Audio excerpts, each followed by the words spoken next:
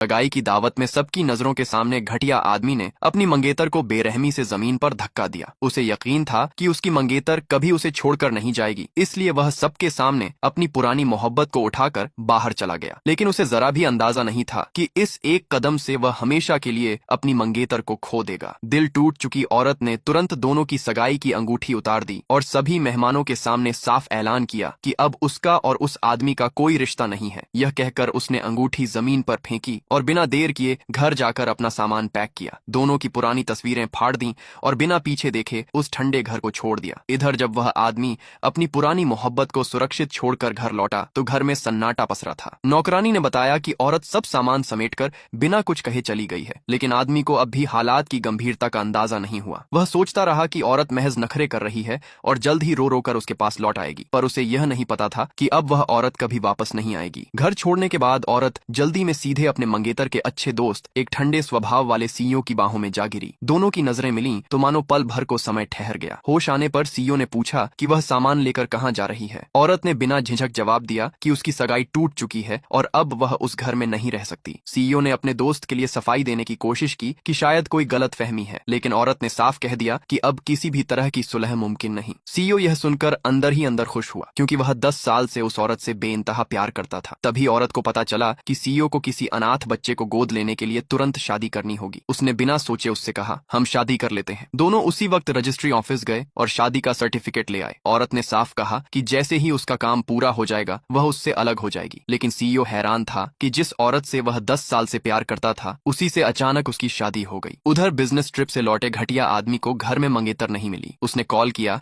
लेकिन औरत पहले ही उसे ब्लॉक कर चुकी थी। गुस्से में उसने उसका नया ठिकाना पता किया और वहां जाकर धमकाया कि अब नाटक बंद करे और उसके साथ लौट आए। लेकिन औरत ने ठंडे शब्दों में जवाब दिया कि जिस दिन उसने अपनी पुरानी मोहब्बत को चुना उसी दिन उनका रिश्ता खत्म हो गया। आदमी सफाई देने लगा कि वह तो बस बीमार औरत को अस्पताल ले गया था, पर उसने कुछ गलत नहीं किया। यहाँ तक कि वह नाटक कर बीमार होने लगा ताकि औरत तरस खाए, लेकिन औरत ने कोई परवाह नहीं की और उसे सचमुच अस्पताल भेज दिया। होश आने पर आदमी ने टेबल पर रखा दलिया देखा और खुश हुआ कि औरत अब भी उसका ख्याल रखती है। तभी उसकी पुरानी मोहब्बत आई और बताया कि दलिया उसी ने बनाया है। साथ ही उसने झूठ बोलकर औरत को और भी दोषी ठहराया। इसी बीच औरत और सीईओ अपनी शादी की तैयारी करने लगे और दोस्तों को भी बुलाया।